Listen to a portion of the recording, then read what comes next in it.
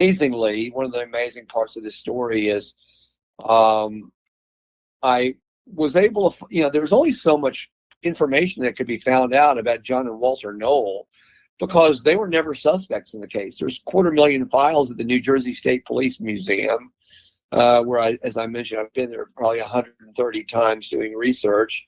So I had to, go through ship records and immigration records and documents and applications to become a citizen and all this kind of stuff.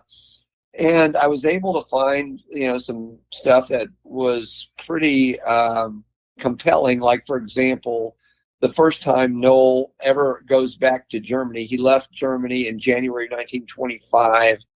And the first time he goes back to Germany, he goes back in splendor on the SS Manhattan. And he makes his return he leaves Europe to return to the States on February 13th, 1935, the very day that Bruno Hauptmann is convicted in a New Jersey court of murdering Charles Lindbergh's baby. So the very day, at which point, obviously, from following the international newspapers, this case exploded internationally. I mean, Lindbergh was by far the most famous person in the world. This was by far the most famous child in the world. And so at that point, Knoll knew for sure that Hauptmann had not ratted him out on the witness stand. So, I mean, I found several details like that were very compelling, but it wasn't enough. And so the only option I really had was to go to his family. Mm-hmm. And through nephews, I found out, I got his obituary and found out that he had a sister named Agnes Breiling who had lived in Mount Clemens, Michigan. And then I got her obituary. And then from that, I got found out that she had 3 sons who were still alive. And this was one of the more difficult cold calls I ever had to make in my life. But I ended up calling her son Rudolph, or Rudy as he was known. And, of course I couldn't tell them, say that my dad thinks your uncle killed the Lindbergh's child.